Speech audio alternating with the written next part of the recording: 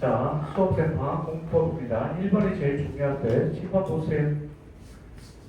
자, 테마별 공부를 하는데 니들 지금 학교 나가는데 매일 일과표가 먼저 나와야겠죠. 그러면 공부 시작이 어떻게 되느냐면 여기서 두 가지 기억합니다. 수면 시간을 최소 6시간에서 7시간 사이로 조절을 한번 해보세요. 6시간 이하로 자는 친구들, 얘들아, 그 시간에 안 자고 공부한다고 해서 성적 오르는 거 아니야. 알겠니? 수능은 장기 기억 능력이야. 장기 기억은 수면 중에 형성이 돼. 죽으라고 졸려가면서 참아가면서 공부했는데 다음날 기억을 못해. 그럼 못하러 하니, 그치? 나처럼 하지 마. 선생님 재수할 때 3시간, 4시간 잤어. 그랬더니 다음날 까먹더라고. 왜? 수면 장기 기억. 이걸 안 지켜서 그래. 잠 많이 자.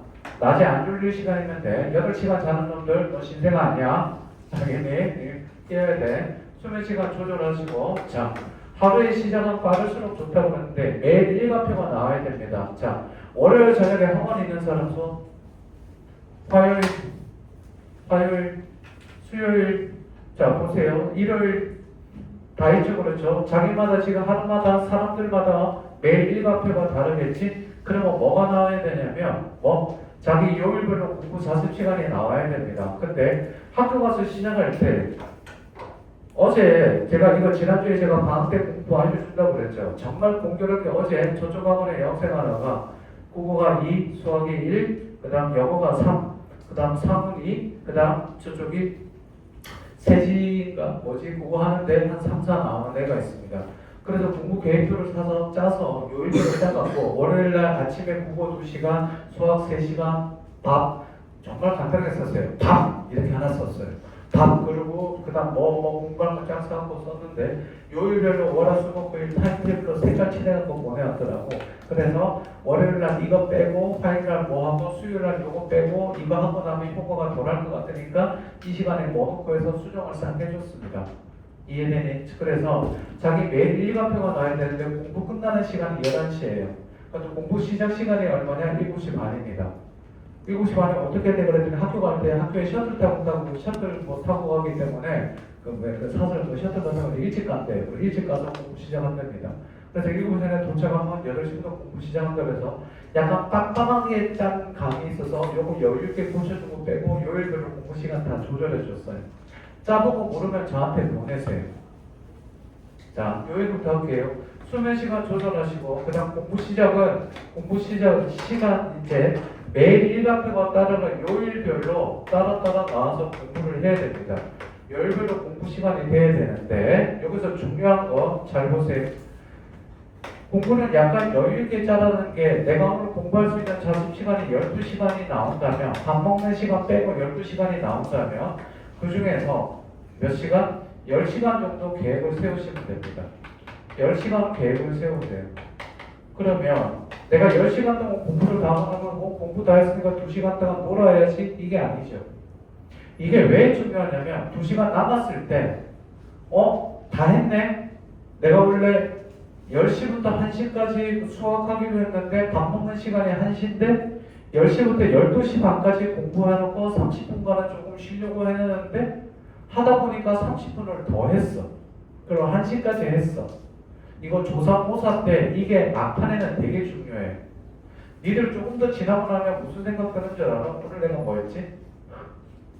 8월 가고 9월 가고 10월 가잖아. 지금부터 그런 애들 조금씩 있을 거야. 집에 혼자 터덜터덜 걸어가는데 보고 있으나 그러면 모르는데 집에 오늘 되게 힘들어. 공부 많이 했든지 뭘 하든지 힘들고 터덜터덜 걸었는데 와 힘들다. 근데 오늘 뭐 했지? 이런 생각이 들어.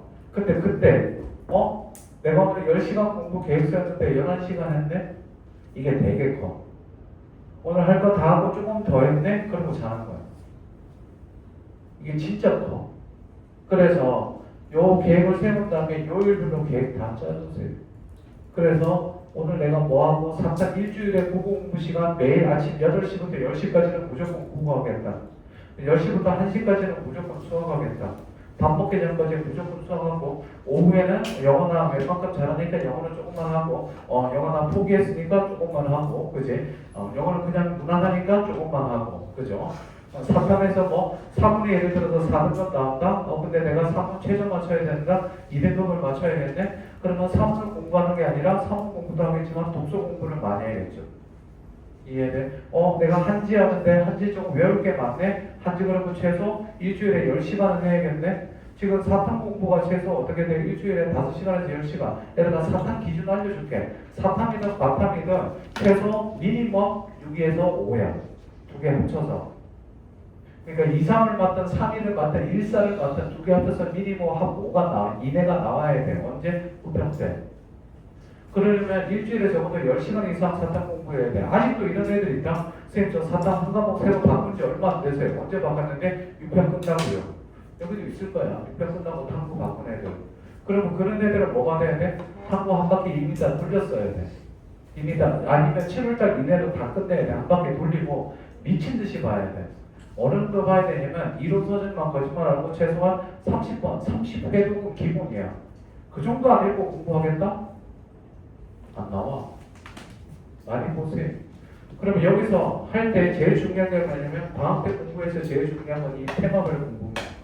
이 테마별 공부가 뭐냐면 자기가 문제를 풀었을 때 정답이 40% 플러스 마이너스 아니고 플러스 알파 정도 되는 거 요거 정도 공부를 해야 돼요. 무슨 말이냐? 요 말을 좀 더 쉬운 말로 바꾸면 마지막 약점 외우기 공부.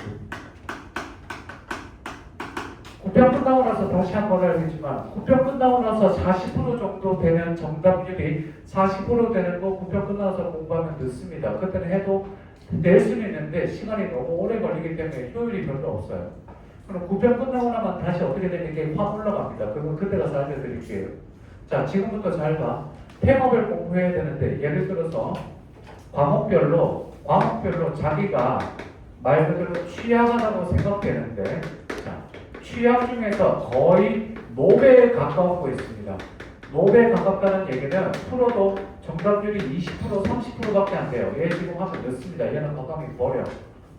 지금부터 시작해도 되기는 됩니다. 내년 이맘때쯤. 우리 올해 수능 봐야 될 거 아니에요. 그러면 자기가 했었을 때 40% 정도 되는 거 테마 잡아보세요. 예를 들어서 국어로 놓고 따지면 제가 국어만 놓고 해봅시다. 국어에서 선생님 국어에서 과학기술 지문만 나오면 정답률이 40% 되게 어려워요. 저 문과 나부랭입니다. 그래서 과학기술이 되게 어렵습니다. 그러면 잘 보세요. 어떻게 공부하냐면 내가 국어 공부가 하루에 2시간, 3시간 한다고 칩시다. 3시간 하면 이 중에 2시간은 과학하는 거예요. 과학기술하고 1시간은 뭐? 다른 그냥 봐야 될 문학이나 이런 것들을 보는 겁니다. 이렇게 보셔도 되고 내가 국어가 하루에 2시간이다 그러면 1시간씩 그냥 나누세요. 적어도 그러니까 50% 정도는 뭐 자기 취향 유형하는 겁니다. 장르는.